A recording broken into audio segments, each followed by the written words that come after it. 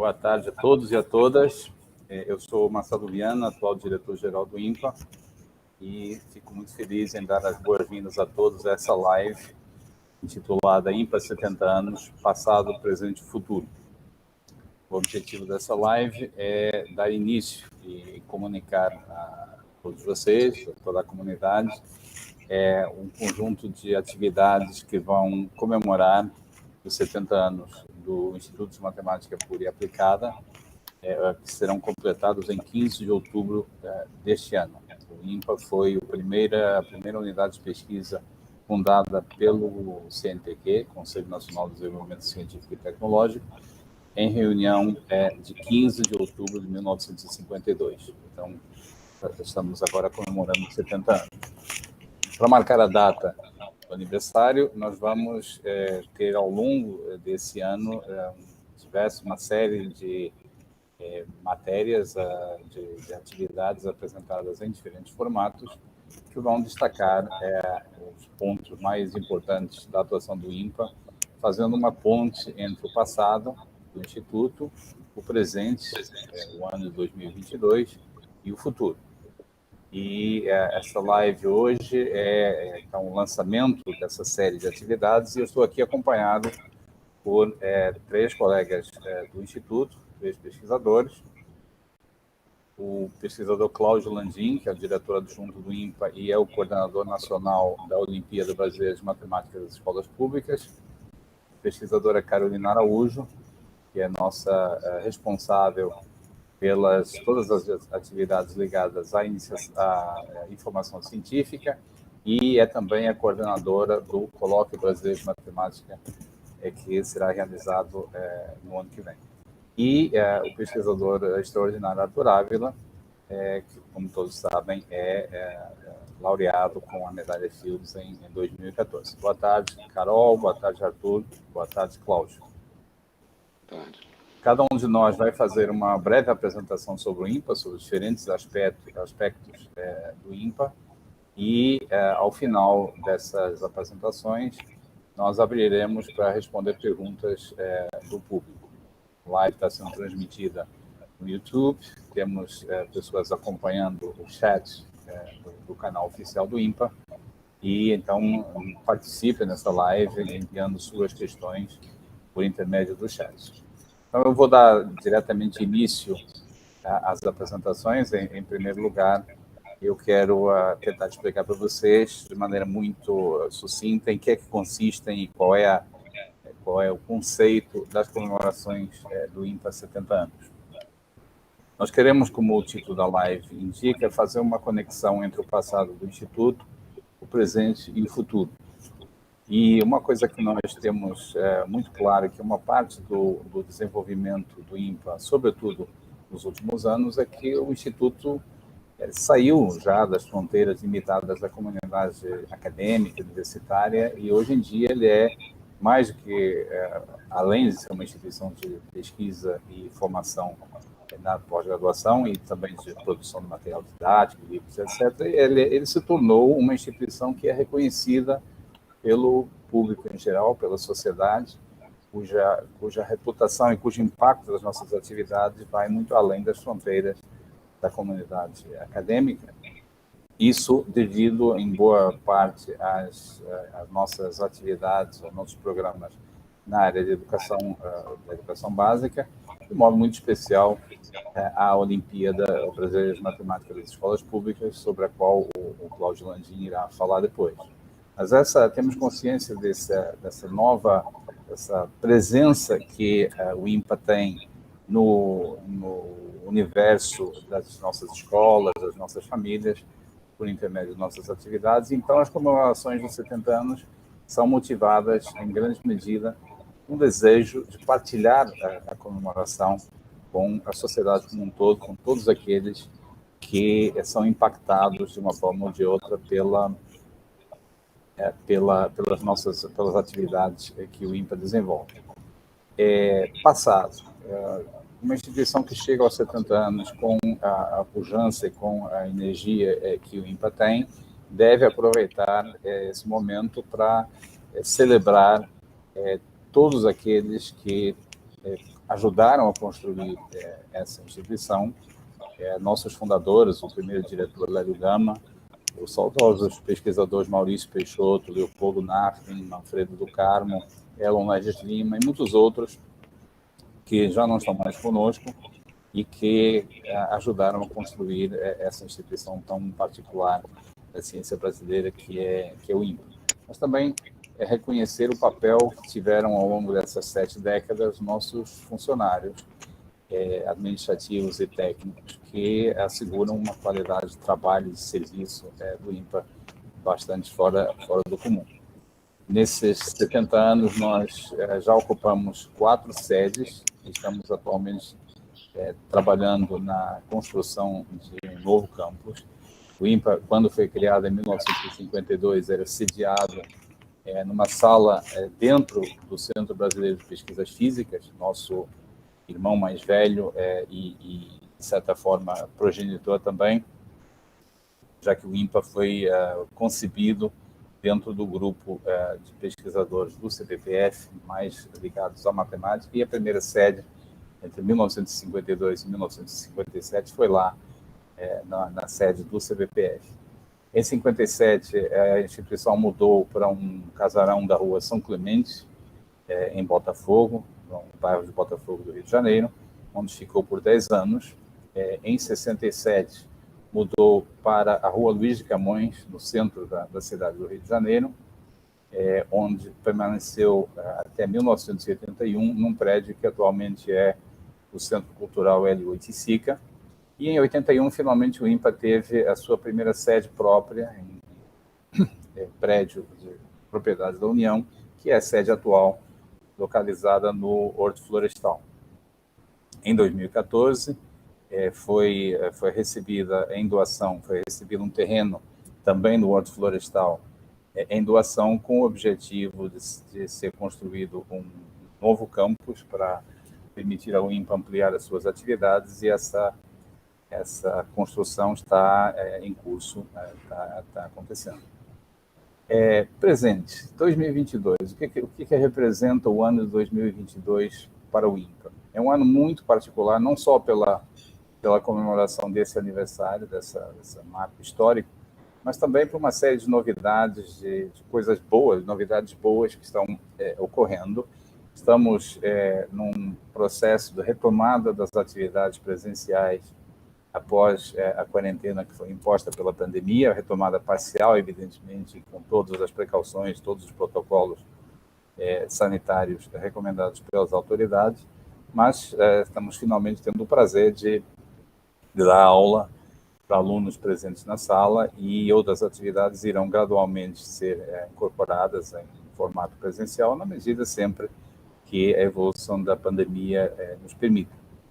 Em 2022, também teremos a chegada de 3 novos pesquisadores recém-contratados, que vêm se somar ao corpo científico do Instituto. Será um ano também muito importante para o Centro de Inovação, Centro de Projetos de Inovação, Centro PI, que foi criado recentemente no Instituto, com a vocação de realizar parcerias tecnológicas com as empresas para resolver problemas concretos colocados pelas nossas empresas, pelos órgãos públicos também. O centro está começando, e esse ano de 2022 deverá ser um ano de consolidação das suas atividades e também de penetração junto das empresas brasileiras e dos órgãos da administração pública, os quais têm, de fato, uma grande demanda por expertise em matemática, e o Instituto está colocando essa expertise ao serviço da sociedade como um todo. Para a Olimpíada, para a OBMEP, é também um ano muito especial, porque nós retomamos a OBMEP em 2021, após uma pausa imposta pela pandemia, e em 2022 esperamos retomar também, de forma presencial, programas da Olimpíada e as cerimônias de premiação que levam medalhas e menções honrosas aos nossos jovens, às nossas crianças em todo o país. Além, como eu já mencionei, de que 2022 deverá ser um ano importante no processo de construção do novo campus. Uma preocupação, um conceito fundamental na comemoração dos 70 anos é que, com toda a importância que existe, toda a prioridade que existe em reconhecermos a dívida do Instituto com todos aqueles que contribuíram para construí-lo, o foco deve ser sempre o futuro, deve ser sempre olhar para frente, mirar, conceber o INPA nas décadas que se seguem. Por isso que os jovens são o ponto focal das nossas comemorações. Queremos chegar com o processo, com essas iniciativas de celebrar os 70 anos do INPA, chegar até as nossas crianças, os nossos jovens, nas escolas, dentro da família, com a colaboração das famílias. E uma iniciativa emblemática desse foco nos jovens é o Festival Nacional da Matemática, um evento que vamos organizar em outubro, um evento de 3 dias que visa apresentar a matemática de forma lúdica, de forma atraente, como entretenimento, como fonte de prazer para toda a sociedade. Será a segunda edição do festival. A primeira foi realizada em 2017 e com um grande sucesso. O primeiro festival teve quase 20 mil visitantes nos pontos em que ele foi realizado. Voltamos, então, esse ano, depois de uma pausa imposta por várias razões, voltamos com essa iniciativa que nós temos certeza será igualmente um sucesso e igualmente terá uma receptividade junto das crianças, dos jovens e, sempre eu insisto, de suas famílias.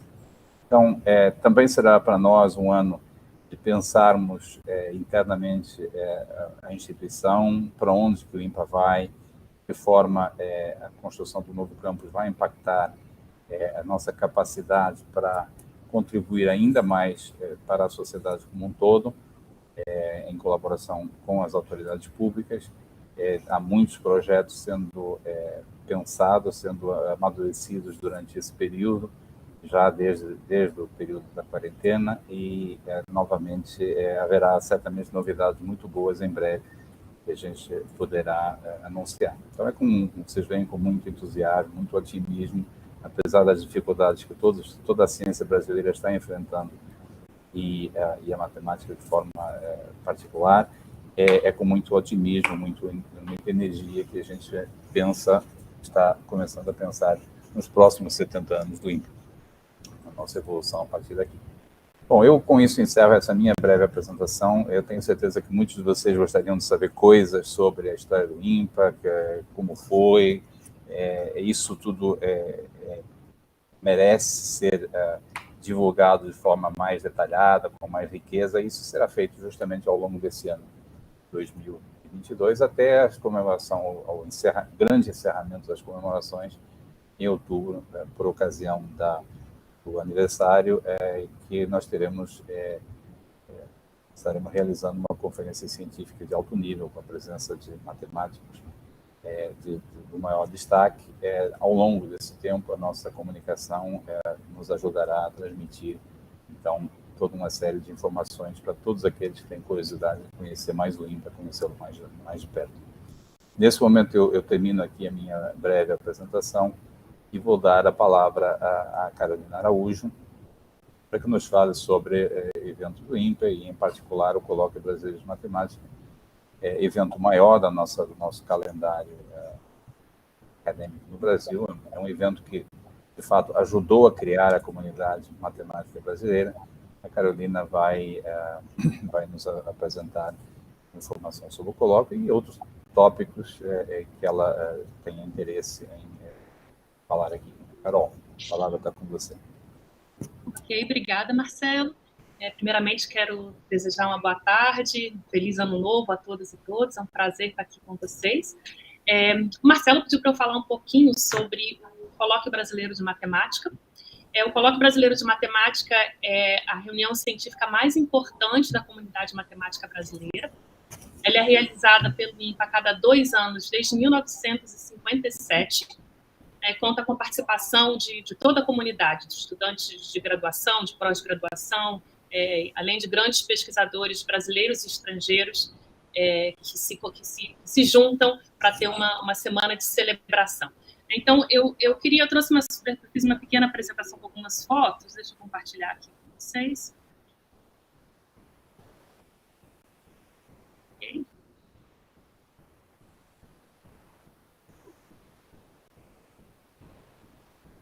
Vocês estão vendo?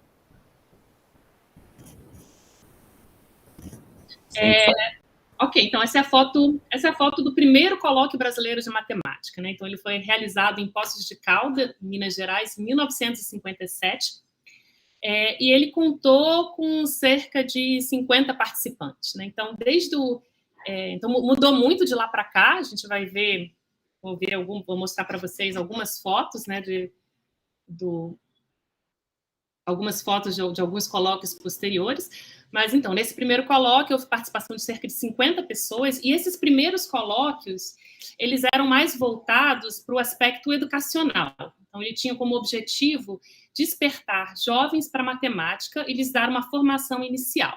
Então, por exemplo, desde o primeiro colóquio, né, um dos destaques do evento era a realização dos cursos, né, ou mini-cursos que aconteciam durante essa semana. Esses cursos, né, como regra, eles sempre eram acompanhados de livros-textos. E esses livros-textos, hoje em dia, se constituem uma rica bibliografia, né, da matemática em português, e, sem dúvida, um grande legado do Colóquio Brasileiro de Matemática para a comunidade brasileira. Então, como eu falei, esse primeiro colóquio ele contou com apenas cerca de 50 participantes. Aos poucos, o público do Colóquio Brasileiro de Matemática foi crescendo, né? E já na década de 80, ele não cabia mais em um hotel em Poços de Caldas. Então, a partir de 1987, né, ele passou a ser realizado no INPA, e os últimos colóquios presenciais, eles reuniram cerca de 1.000 participantes, né? Então, eu queria mostrar para vocês uma foto do colóquio no INPA, né? Então, eu, na verdade, acabei não encontrando... Queria mostrar uma foto que representasse, né, a alegria, né, e a celebração que é ter um colóquio de brasileiro de matemática no INPA, mas eu vou mostrar uma outra foto, né? Essa foto não é do colóquio, essa é uma foto do primeiro encontro brasileiro de mulheres na matemática, que eu ajudei a organizar no INPA em 2019, né? Mas esse é o clima do INPA durante os colóquios brasileiros de matemática, né? Cheio de pessoas animadas, empolgadas com a matemática. Deixa eu só mencionar que, a partir de 1991, né, na sua 19ª edição, o Colóquio Brasileiro de Matemática passou também a ter um aspecto mais científico, né? Então, acompanhando a evolução da matemática brasileira, a partir desse ano foram introduzidas as palestras plenárias, né? E desde então, sempre as palestras plenárias são proferidas por grandes nomes da matemática internacional.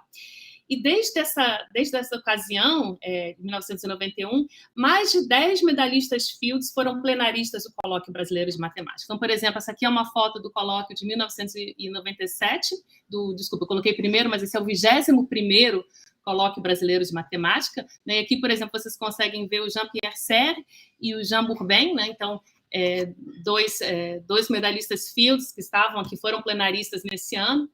No nosso último colóquio brasileiro de matemática, que aconteceu em 2021, nós também tivemos dois medalhistas Fields, o Martin Herrer e o Cédric Villani.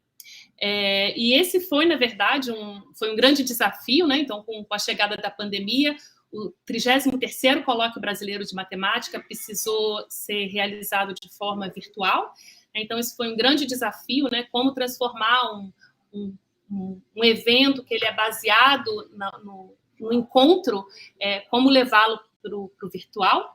E nós optamos por usar essa oportunidade para aumentar a abrangência do colóquio, né? Então, no 33º Colóquio Brasileiro de Matemática, nós tivemos a participação de mais de 2.000 pessoas, né? Então, realmente, os cursos do colóquio, eles ainda hoje são assistidos, né? Tem grande audiência no YouTube.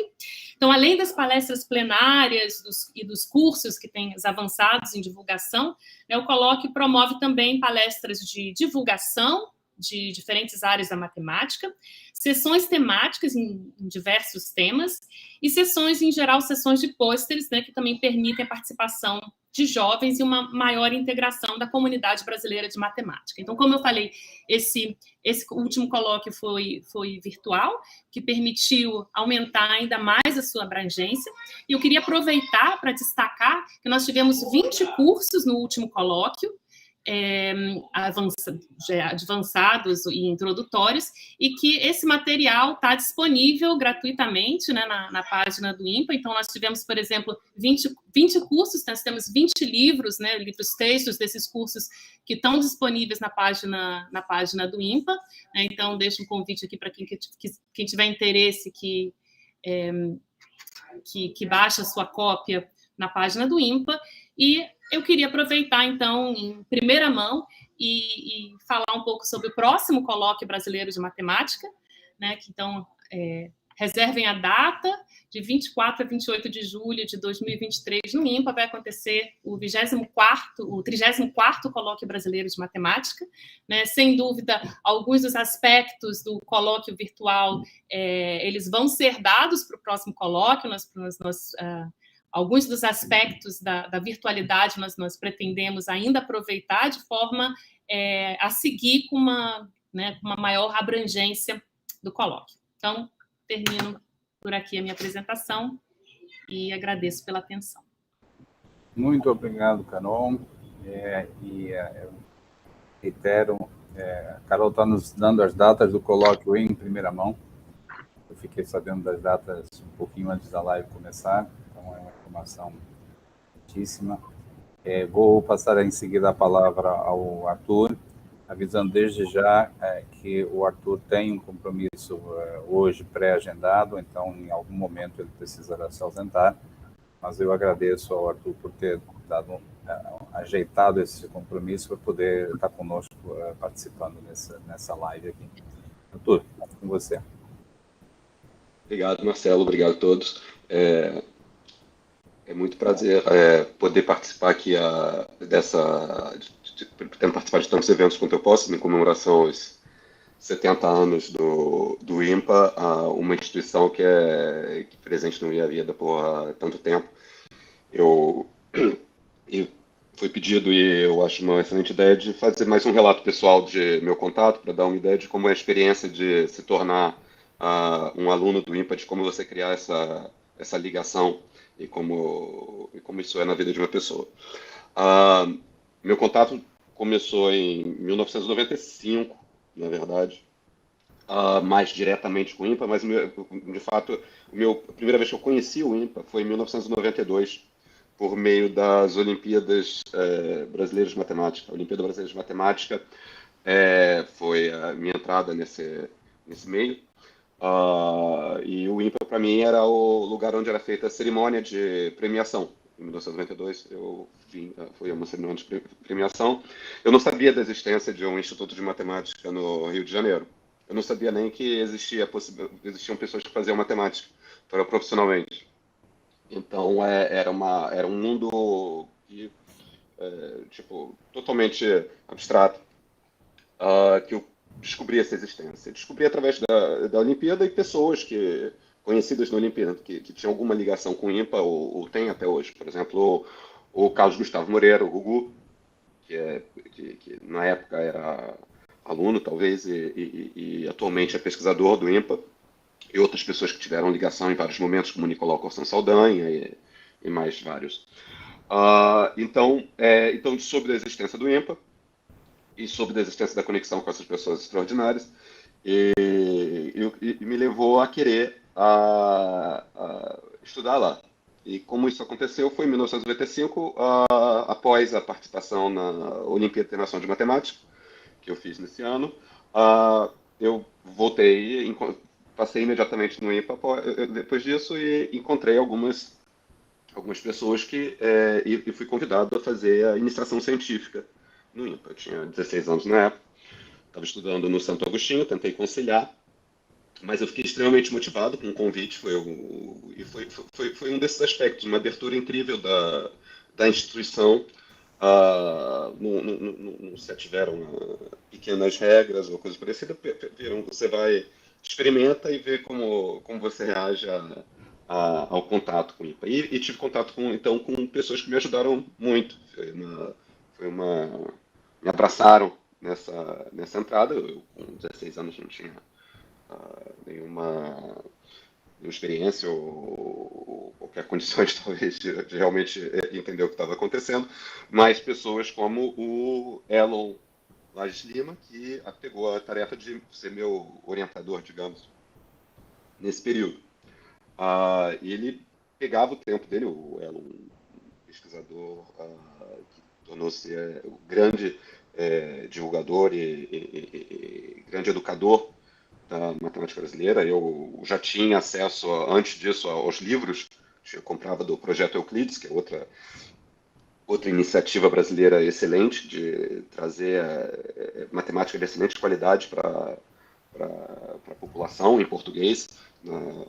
E os livros do Elon, por exemplo, então eu conhecia ele deles, e ele teve contato diretamente comigo, e de maneira muito amigável, e me recebia na sala dele com frequência, com disponibilidade, fiz cursos com ele também, e fui conhecendo aos poucos. Então fiquei nessa fase por um tempo, com realmente uma acolhida que eu não creio que eu poderia ter em outro lugar, em outra instituição, com essa proximidade, esse tipo, um acesso individual e personalizado, digamos, quase, ao ensino privado nessa situação. E fui conhecendo aos poucos os pesquisadores, claro, o Jacó, que era o diretor do IMPA, o Marcelo, que andava pelos corredores, o Cláudio.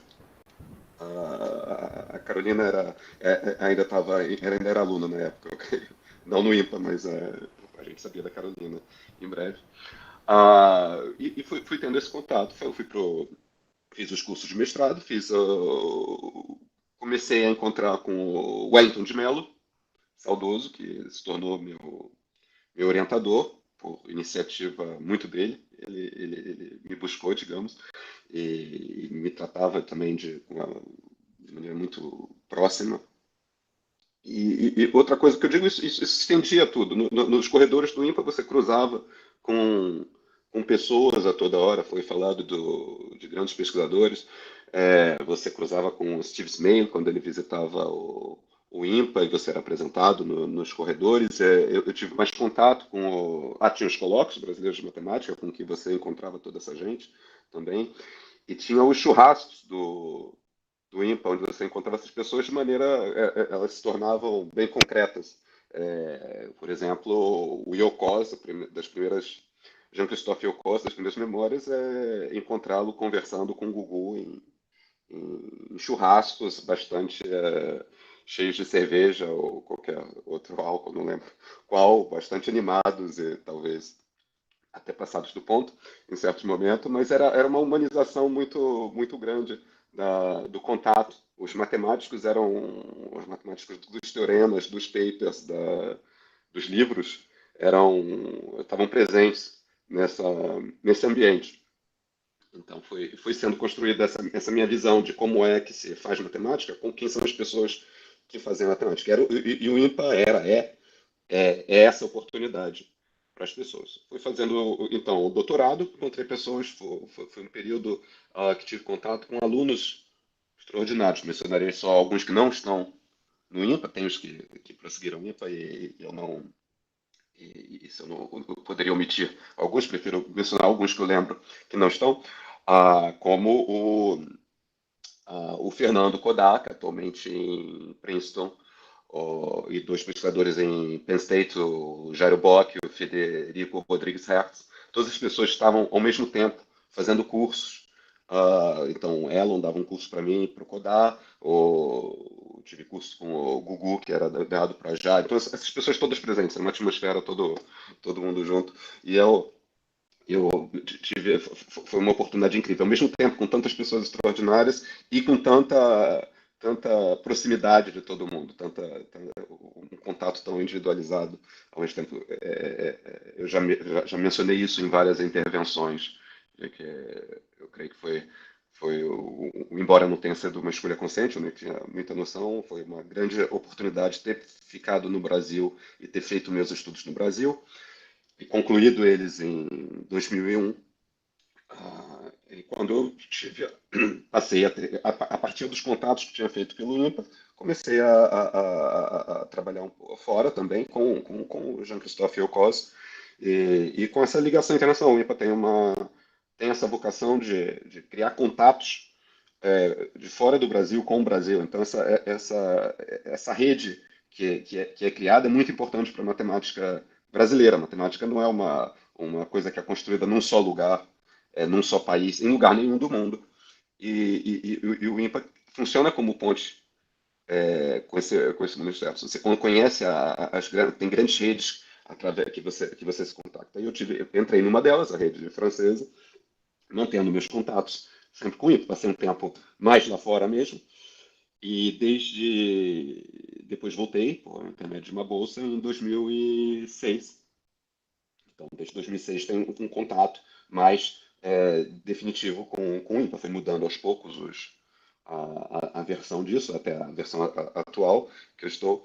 Mas então, desde 2006, então já há bastante tempo, tenho esse contato permanente, fazendo esse contato com as instituições lá fora também. Trazendo pessoas do INPA para lá, eu trago pessoas de fora para visitar o INPA, alunos e tal. Faço um pouco esse papel que fizeram comigo anteriormente. E tento manter o contato e espero. Tipo, tem sido bem mais difícil agora, de 2 anos para cá, não poder encontrar, principalmente os mais jovens. Deve ter sido uma experiência difícil para todo mundo, mas particularmente difícil para os jovens não poder ter esse contato. Eu espero que volte, está nos nossos planos, voltar a ter essa experiência, ao longo desse ano. Espero que as pessoas que estão ouvindo, alguns deles sejam alunos, possam participar disso e experimentar tudo isso, essa vida interna. Então, de novo, muito feliz, espero participar de tantos eventos quanto eu posso ao longo desses 70 anos, certamente na grande conferência em outubro. Muito obrigado pela oportunidade, esse é o meu relato. Muito obrigado, Arthur.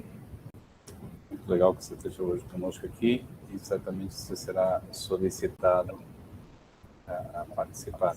Então, passo agora a palavra ao Cláudio Landim, diretor adjunto do INPA, coordenador nacional da OBMEP, a qual, acredito, Cláudio acaba de lançar os resultados da Olimpíada 2021. Tá. Exatamente, Marcelo, muito obrigado pelo convite para falar aqui nesses 70 anos do INPA. É um prazer trabalhar no INPA. E então vou falar um pouco sobre o envolvimento do INPA na educação básica.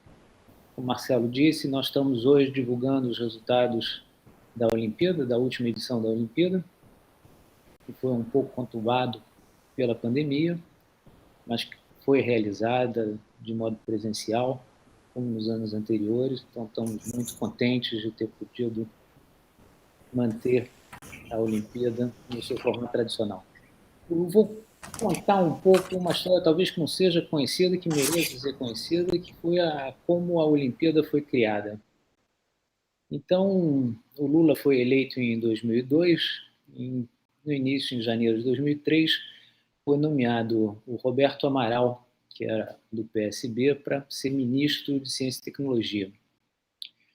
E nesse ano de 2003, Roberto Amaral, então, resolveu visitar o INPA, conhecer o INPA como ministro de Ciência e Tecnologia, saber o que se fazia no INPA.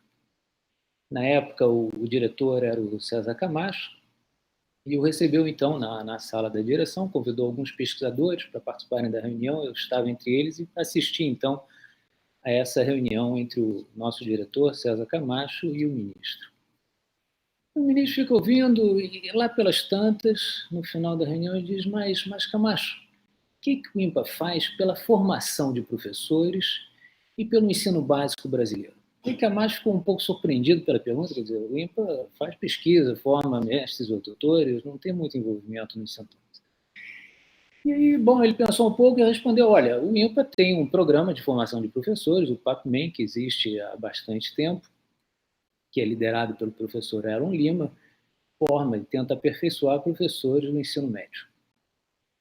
E do ponto de vista do ensino básico, o que o Arthur já mencionou, existia a Olimpíada Brasileira de Matemática, então o INPA participava na organização da Olimpíada Brasileira de Matemática, através do Gugu, e sediava aqui no INPA, e que isso, de certa forma, era uma contribuição, porque permitia destacar alunos talentosos para a matemática.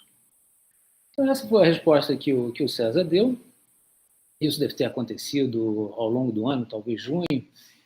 E no final do ano, de 2003, portanto, o INPA o diretor recebe um comunicado de Ciência e Tecnologia que nós tínhamos, dentro do orçamento, 600 mil adicionais para o PAPMEM, para o programa de PAPMEM, e 600 mil adicionais para a Olimpíada.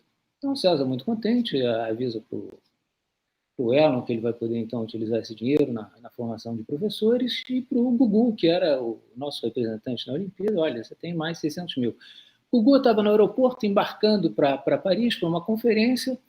Ele pensa 5 minutos e diz, não, olha, não precisamos desse dinheiro, não. A Olimpíada está bem como está. Não queremos esse dinheiro.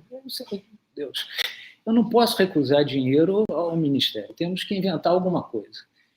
E já existiam algumas Olimpíadas regionais, então ele contactou vários professores de outros estados e sugeriu ampliar um projeto que existia no Ceará, que era uma Olimpíada regional muito bem sucedida no Ceará, para outros estados, o Piauí, por exemplo.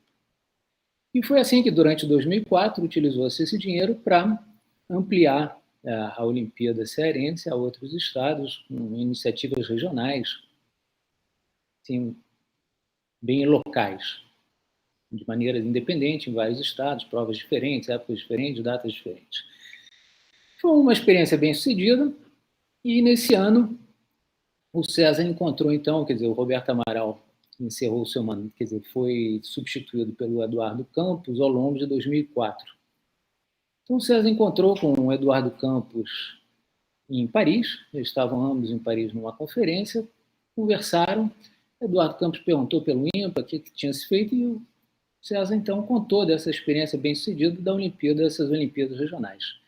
Foi aí que o Eduardo Campos, então, sugeriu estender isso e montar uma Olimpíada nacional organizada pelo INPA, e se sabia se isso era possível, quantos alunos iriam participar. O César aceitou o desafio, quer dizer que era preciso, então, ter contatos em todos os estados, conseguir professores que pudessem coordenar as Olimpíadas em todos os estados, era um certo desafio, mas aceitou, prometeu a participação de 5 milhões de alunos, e montou, então, em 2005, junto com a professora Sueli Dru, que era da Universidade Fluminense na época, a UBMEP, a primeira edição da UBMEP em 2005, que foi um grande sucesso porque conseguiu reunir nessa primeira edição não os 5 milhões prometidos, mas 10 milhões de alunos. O Eduardo Campos veio à premiação, houve uma cerimônia aqui no Rio de Janeiro, em que ele participou, e foi assim que começou, quer dizer que foi a partir de uma oportunidade que surgiu, que foi montada essa Olimpíada, que hoje conta com, cresceu muito, participam anualmente 20 milhões de alunos, nós temos agora não apenas alunos do ensino público, mas também as escolas privadas que foram incorporadas. Depois, como o Marcelo já mencionou, foi estendida, quer dizer que nós temos agora, esse ano, aliás, e é bom anunciar isso, em 2022, para talvez comemorar os 70 anos do INPA, estamos estendendo a Olimpíada para o segundo e terceiro ano do ensino fundamental, quer dizer, crianças com 7, 8 anos vão poder começar a participar da Olimpíada em todo o Brasil, de modo que agora a Olimpíada atende a crianças que vão de 8 a 18 anos, né? Praticamente todo o ensino básico, do segundo ano de ensino fundamental até o terceiro ano no ensino médio, escolas públicas e privadas. Uma característica constante ao longo da Olimpíada é a tentativa de você destacar alunos que têm um talento. Você não quer tanto medir o conhecimento em matemática, saber se eles tiveram uma boa formação ou não em matemática, mas você quer saber se a criança, o jovem, a menina, o menino, são capazes de raciocinar, de ter um pouco de criatividade, de inventar.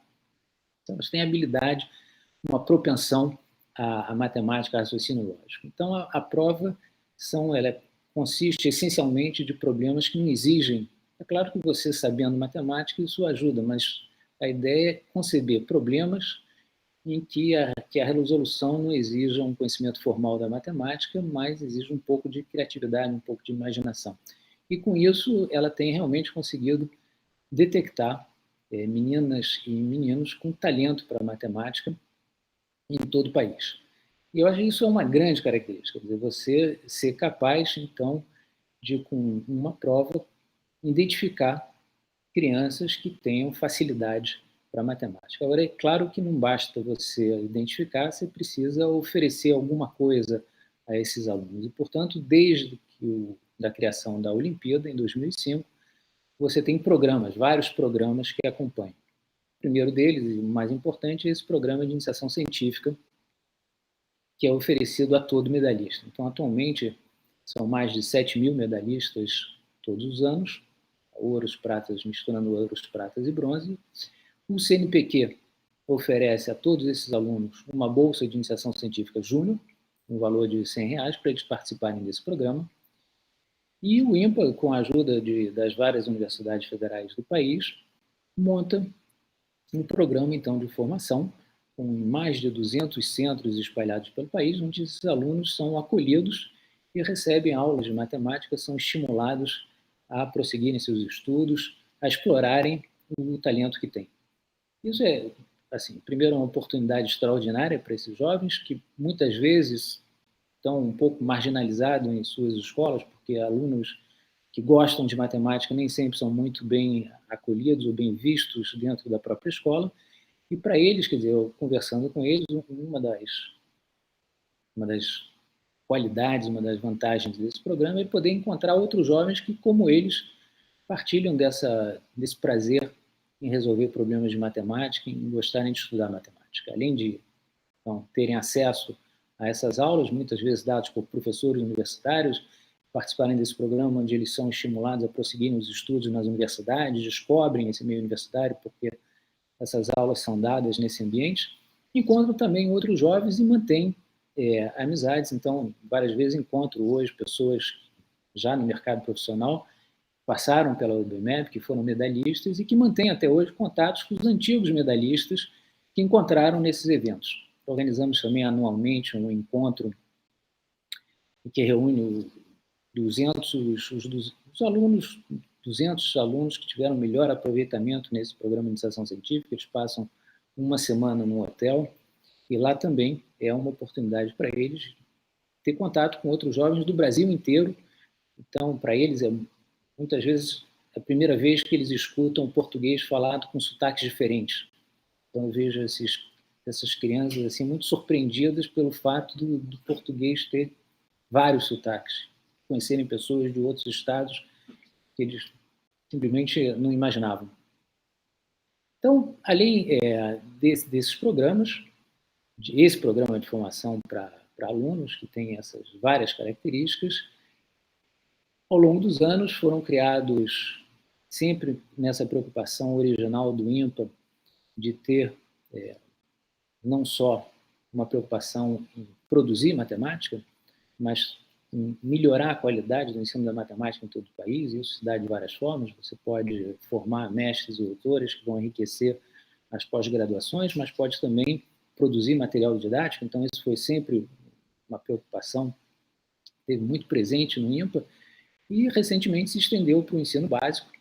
Então, nós temos agora programas de formação de professores, nós temos produzindo uma coleção de livros didáticos que podem ser utilizados no ensino médio. Nós temos um portal de matemática que permite a todas as crianças do Brasil a terem acesso a aulas de matemática de qualidade. Então, isso pode ser um excelente instrumento para você preencher suas lacunas ou então aprofundar seus conhecimentos para quem ou não teve uma boa formação em matemática ou quer conhecer mais coisas.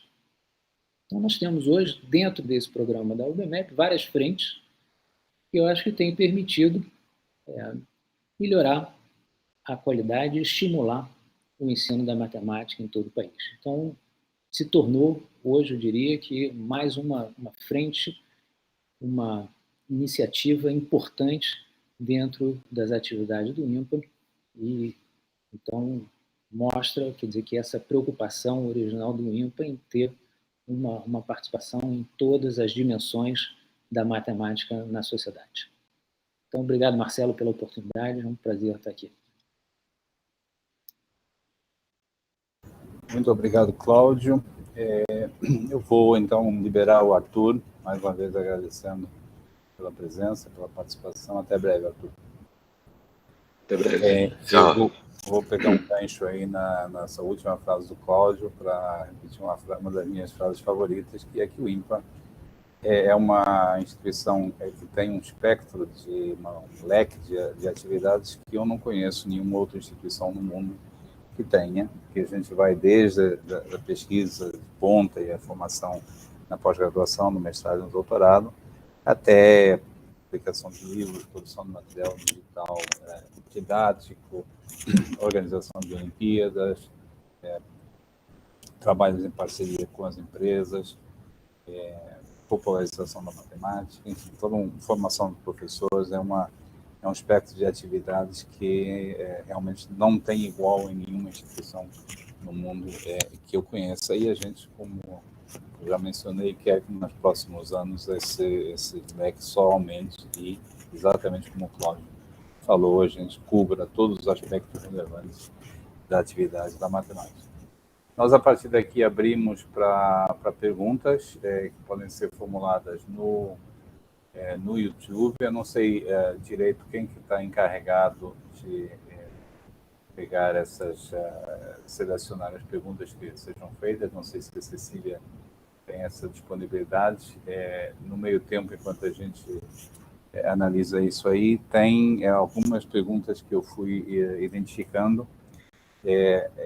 Me apressa a responder a angústia do Elson Alves. Eu acho que o Elson, baseado no fato que eu mencionei, que estamos construindo o novo campus, pergunta se o INPA vai sair do Horto Florestal. O Horto Florestal é o bairro do Rio de Janeiro, próximo ao Jardim Botânico, onde o INPA está sediado. Elson, não, de jeito nenhum. Primeiro porque se trata de ampliar e não substituir o campus. Os dois campi ficam em terrenos adjacentes. Então, o novo campus também é no Horto Florestal, ficam em terrenos adjacentes. E a ideia é que eles funcionem como um complexo. A distância é pequena, é menos de 1 quilômetro, e possivelmente será viável ligar esses dois campi no meio da mata. Então, pode até ser um passeio muito atraente, muito agradável, caminhar de um campus até o outro, para participar de uma atividade que esteja ocorrendo no outro campus. A Sasha Ferreira pergunta quando começará a construção. De fato, ela já começou, as primeiras etapas da construção já começaram em 2021. É um processo relativamente lento no início, mas nós acreditamos que estará encerrada a construção do campus até 2024. Essa é a nossa expectativa. Há uma outra pergunta do Bruno Magalhães. Bruno pergunta se o INPA tem mestrado ou doutorado em inteligência artificial. Bruno, nós temos mestrado e doutorado em matemática, que nós entendemos de forma bastante ampla. Sobretudo nos últimos 2 anos, nós temos sim vindo a expandir o nosso interesse em diversas áreas de aplicações da matemática, entre as quais a inteligência artificial. Isso não quer dizer necessariamente que a gente vai ter um grau, um mestrado específico para inteligência artificial, mas ciências de dados, aprendizagem de máquina, mineração de dados e diferentes formas de métodos de inteligência artificial certamente estarão cada vez mais presentes na nossa formação no nível do mestrado. Cláudio, tem uma pergunta que eu vou passar para você, se já há uma data prevista para a OBMEP 2022. Olha, o calendário vai ser divulgado em breve. Nós já temos, mas ainda estamos estudando os últimos detalhes desse calendário que envolve agora o segundo ano do ensino fundamental. Então, vai ser divulgado nas próximas semanas. E teremos, essa pergunta é minha, teremos cerimônia de premiação? Vamos ter uma cerimônia de premiação em novembro de 2022. A cerimônia de Se o premiação diretor nacional. permitir, nós podemos até organizar uma dupla cerimônia esse ano, porque estamos devendo a cerimônia do ano de 2019 e a cerimônia agora, então, de 2021. Eu acho que a dificuldade é mais com o calendário, com o espaço no calendário, do que com o diretor. Mas, enfim, anotado. Mais uma pergunta sobre o OBMEP, da Cláudia Jaqueline. O programa OBMEP na escola volta ao formato anterior, com aulas presenciais? Sim, então agora com essa pandemia sob controle, esperamos, o programa OBMEP na escola volta ao formato tradicional, em que os professores vão organizar turmas de alunos em suas escolas e prepará-los para as Olimpíadas. Perfeito. Talvez valha a pena você comentar um pouquinho o que é o programa OBMEP na escola. Não sei se todo mundo está informado. Então, quer dizer que um dos maiores impactos da Olimpíada ocorre nas escolas que começam a preparar seus alunos para as Olimpíadas. Então, isso pode ser dado de várias formas. Por exemplo, eu estive numa premiação de uma escola no interior de Minas Gerais, em que os alunos que tinham sido selecionados para a segunda fase recebiam prêmios e eram anunciados nessa cerimônia. Então, de certa forma, a escola passava a adotar a Olimpíada, estimulando seus alunos a participarem e reconhecendo o resultado desses alunos na Olimpíada. Isso criava internamente uma dinâmica muito forte pelo estudo da matemática, que acabava se refletindo em outros aspectos da escola, por exemplo, no desempenho dessa escola no Enem, onde a nota passou de 500 para 600, quer dizer, tem um pulo de 100 pontos em função dessa dinâmica criada dentro da escola, coisa que não se observava em português, por exemplo. Também se refletia na prova Brasil, aplicada para os alunos do 9º ano. Então, conhecendo esses exemplos de muito sucesso em várias escolas, nós criamos esse programa, o OBMEP na escola, que tenta estimular professores de matemática ou de áreas afins a criarem ou adotarem a Olimpíada em suas escolas, por exemplo, formando uma turma e preparando essa turma para as provas das Olimpíadas. Então, esse programa consiste essencialmente em selecionar professores em todo o Brasil e acompanhar, junto com eles, a formação dos alunos da escola dentro da Olimpíada. Então, nós temos primeiro um programa de formação desses professores durante alguns meses e depois estimulamos esses professores a criarem turmas de 20 alunos, por exemplo, no contraturno, onde propor a esses alunos problemas similares aos problemas da Olimpíada e, como disse, são diferentes dos problemas que são vistos em salas de aulas, porque não envolvem tanto a medição do conhecimento, mas senão estimulam a criatividade do aluno, propondo problemas em que precisam de ideias para serem resolvidas. Então, esse é o programa, ele existia, evidentemente com a pandemia ele perdeu esse formato presencial das reuniões dos professores com os alunos, mas em 2022 estamos retomando. E haverá, mais que uma pessoa perguntar, haverá novas seleções de professores para o OBMEP na escola? Não, esse ano, em 2022, não. Está previsto uma seleção no futuro, mas essa seleção ocorre de 3 em 3 anos. Então, nada previsto para 2022. Agora, todo professor que quiser participar voluntariamente deve entrar em contato com a OBMEP, porque são todos muito bem-vindos. Nós temos material, nós temos um programa de formação e temos possibilidade de acolher um número muito maior de professores nesse programa, aliás, que é feito em parceria com o Itaú Social. Obrigado, Cláudio. Carolina, eu tenho uma pergunta para você, que eu esperava que surgisse aqui, não surgiu, eu mesmo vou perguntar. Você é uma de 2 pesquisadoras no INPA, num total de um pouco mais de 45 pesquisadores. Ainda hoje pela manhã, me foi perguntado como é que a gente vê isso aí, e eu queria, em particular, saber a sua visão da questão da presença feminina no INPA e na matemática em geral. Bom, Acho que a gente está, sem dúvida, melhorando, né? Então, eu estou voltando a frequentar o IMPA depois da pandemia. Na semana passada, tive o prazer de encontrar minha colega Luna no corredor. E, enfim, mostrei também uma foto do Encontro Brasileiro de Mulheres Matemáticas. Então, acho que a ocupação desse espaço é algo que é importante, é algo que é muito saudável, né, para a ciência brasileira. Então, acho que a gente negligenciou essa questão durante muito tempo, né? Então, quando eu estava pesquisando aqui as fotos do colóquio, para escolher algumas para mostrar, vi várias fotos, né, e que mostram várias edições do colóquio em que todos os plenaristas eram homens, né? Então, são coisas que estão mudando, né? Eu acho que hoje em dia a gente já tem uma maior sensibilidade para essa questão. Acho que a gente está começando a entender e a perceber a importância da diversidade na ciência, na matemática, né? Da gente ter vários olhares, da gente ter uma maior participação, de uma ciência mais democrática. Então, eu acho que a gente está num bom caminho, né? Percebo que a gente está uma evolução positiva. Ainda somos poucas, né? No INPA ainda somos 2 pesquisadoras em quase 50, mas espero que esse número está aumentando, né? Eu espero que a gente vai ter uma maior presença ainda nos próximos anos. Espero também. Tem uma pergunta aqui curiosa do Antônio Wellington. Pergunta como conseguir uma boa carta de recomendação para ingressar no INPA, para quem está na graduação.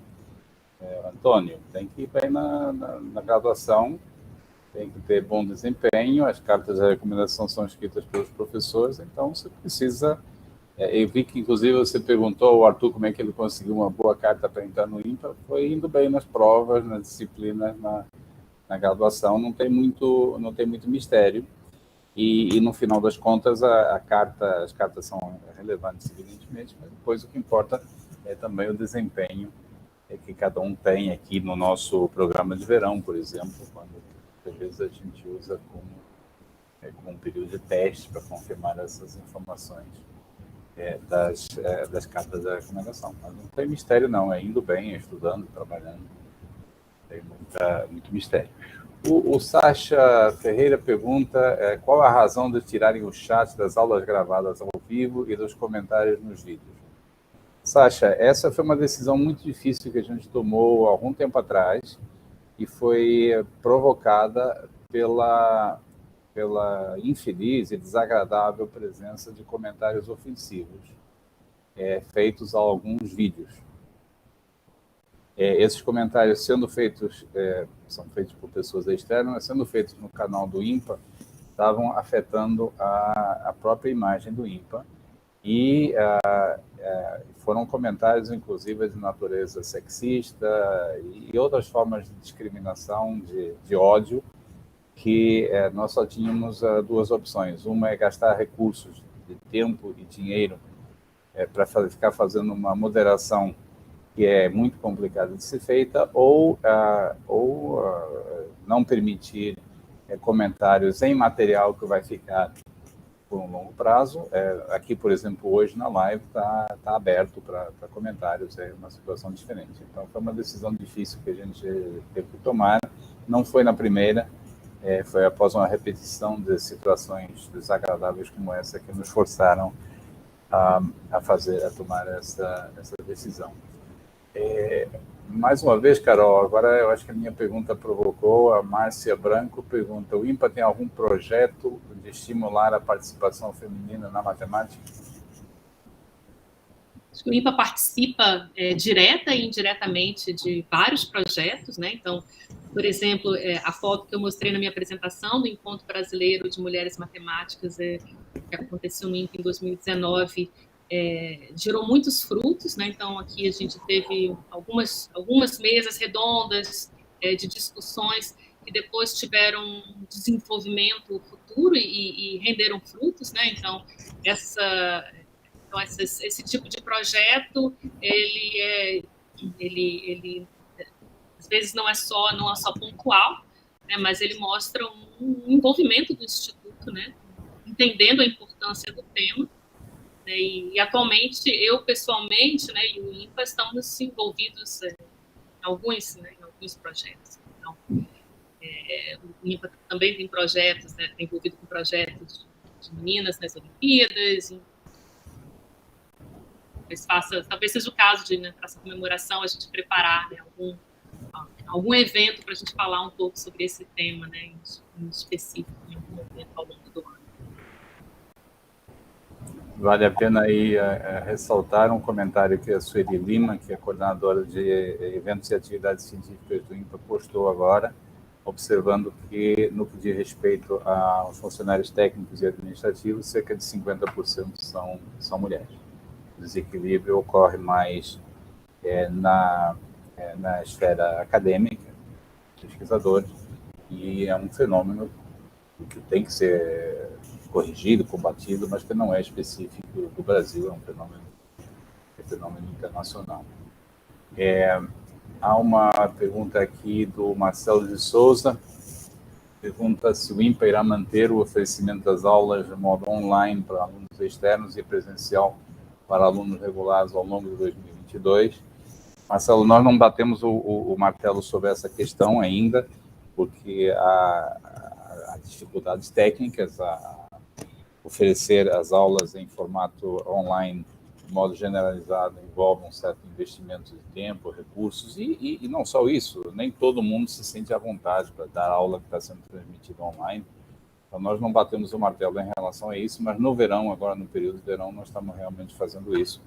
E devo dizer que a pandemia nos fez descobrir o potencial que as transmissões online têm para nós termos mais alunos, alcançarmos mais gente, inclusive fora do Brasil, por meio das transmissões online. Então, é algo que nós gostaríamos muito de fazer, tornar essa transmissão online bastante automática a partir daqui, mas não posso dizer que a gente tenha batido o martelo, porque há dificuldades para fazer isso acontecer.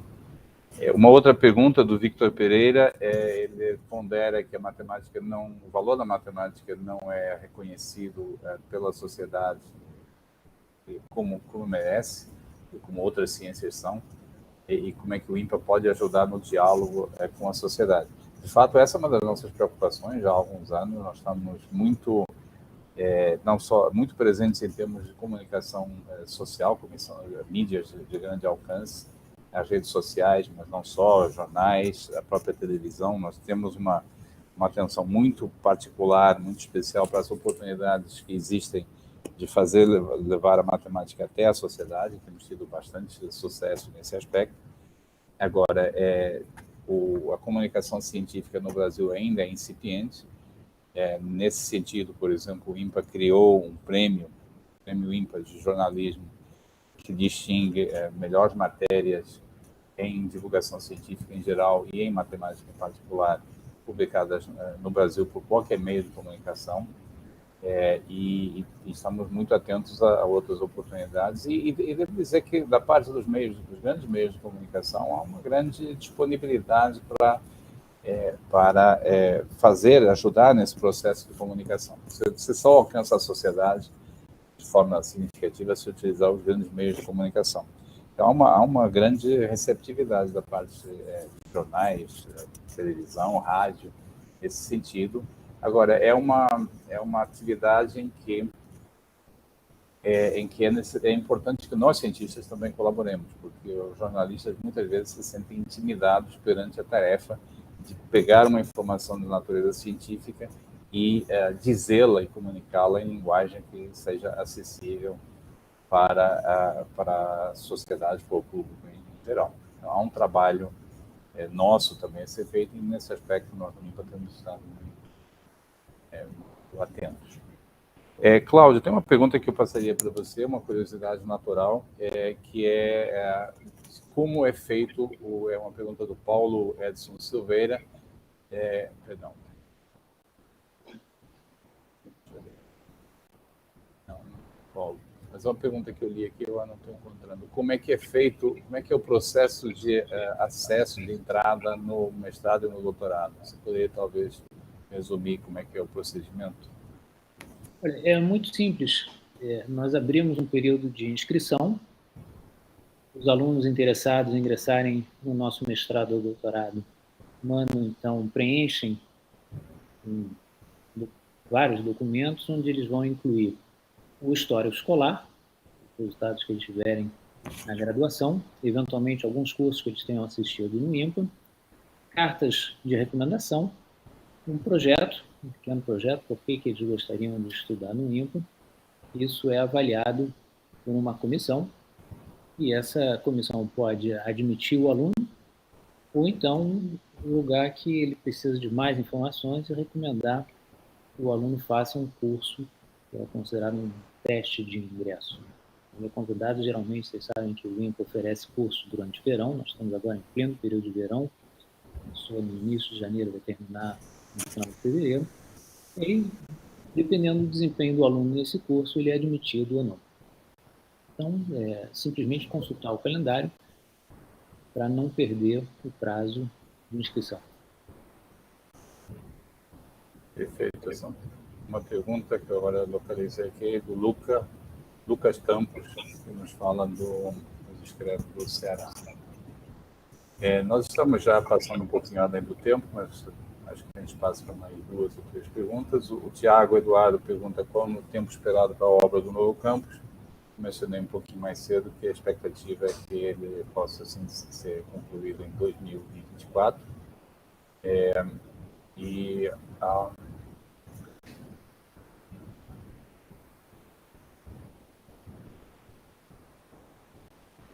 A Vera Silveira pergunta se o IMPA vai aceitar alunos nos cursos presenciais no decorrer de 2022 para quem não é aluno regular. Vera, vai depender muito da evolução da pandemia. A razão de nós não termos admitido alunos presenciais, tá? Estamos totalmente abertos à participação online, mas alunos presenciais não terem sido admitidos no programa de verão tem que ver com a infraestrutura do IMPA. Nós não temos como assegurar o distanciamento social para um grupo muito maior de alunos do que aqueles que estão inscritos no nosso mestrado e no nosso doutorado. Daí nós temos restringido. Estamos todos torcendo para que a pandemia a situação vá melhorando, evidentemente, mas isso não depende da gente, então vamos monitorar o processo ao longo do ano e reagir em função da evolução da situação da Covid. O Tobias Castro pergunta o que um departamento de matemática de uma universidade, da Universidade do Tobias, lá na Colômbia, deveria fazer para estabelecer intercâmbios de pesquisadores com o IMPA e estabelecer relações de cooperação. Tobias, o modo como essas coisas funcionam de maneira mais eficaz é tendo um contato nas duas partes, cada uma das instituições, esses contatos conversam, preveem atividades, coisas que vão acontecer, e aí, a partir daí, a gente faz um convênio de cooperação, já com a previsão de que algo vai acontecer, digamos, no espaço de um ano e meio. Não é bom fazer grandes acordos de cooperação sem ter algo concreto em mente, e isso normalmente é construído por meio de contato nas duas instituições. Tem que haver interesses dos dois lados, e a primeira maneira de aferir que há interesse é vendo pessoas interessadas em se dedicar ao trabalho de coordenar essa colaboração. Uma pergunta que eu acho que também cabe para o Cláudio: o IMPA vai produzir algum material voltado para a Base Nacional Comum Curricular? Olha, o IMPA foi solicitado pelo MEC há alguns anos atrás para avaliar a Base Nacional e sugerir itinerários. Então, foi montada uma equipe que elaborou diversos itinerários e entregou esse resultado ao MEC. Então, o IMPA está participando da discussão da Base Nacional Curricular dessa forma, né, sugerindo diversos itinerários adaptados a um aluno que queira, por exemplo, seguir carreira em ciências exatas ou engenharia, e outro adaptado ao aluno que esteja mais interessado em outras questões, como ciências sociais. Então, do que o IMPA participa e sempre está disposto a contribuir nessa discussão junto ao MEC. Quer dizer, todas essas iniciativas, na verdade, de intervenção no ensino básico vieram do INPA e sempre se colocando à disposição do Ministério da Educação para contribuir mais. Perfeito, Cláudio.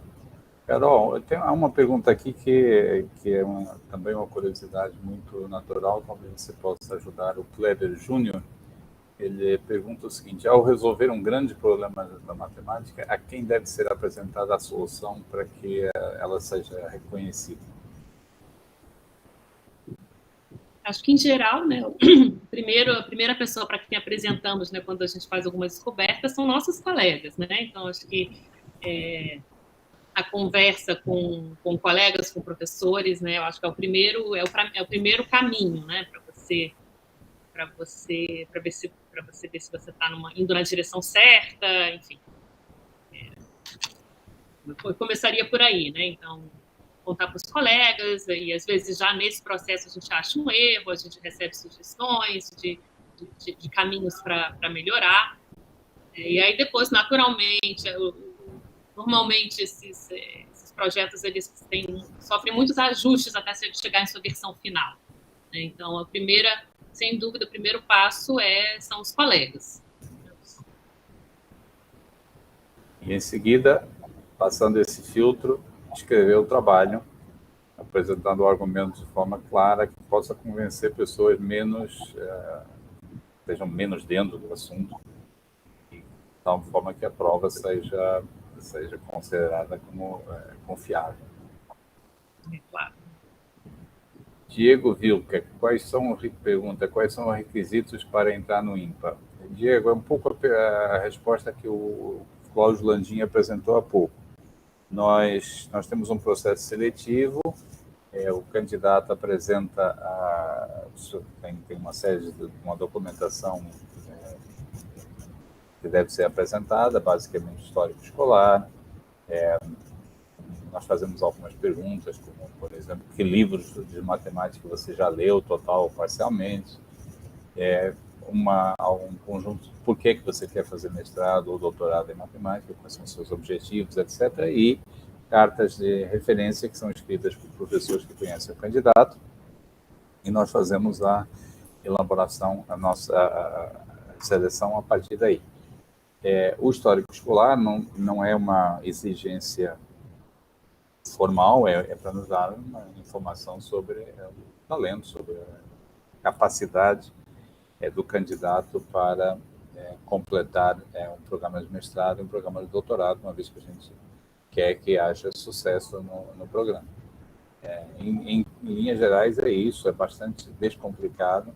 Nós fazemos o processo seletivo normalmente no segundo semestre do ano, se alonga a partir de setembro até chegar no Natal, e há 3 resultados possíveis: o candidato ou candidata podem ser admitidos,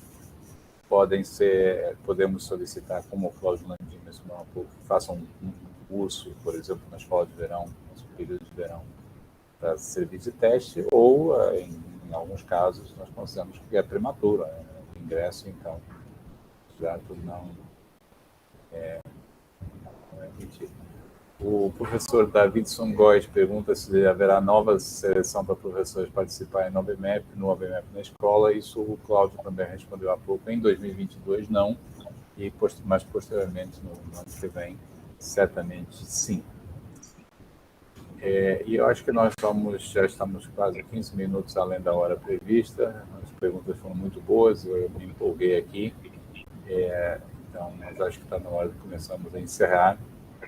Eu quero agradecer de modo muito particular ao Cláudio, a Carolina e ao Arthur por essa participação. Estamos dando a partida na comemoração dos 70 anos do Instituto de Matemática Pura e Aplicada, que foi fundado em 15 de outubro de 1952. Ao longo do ano haverá muita coisa boa nas nossas redes sociais, na comunicação, no próprio site do INPA.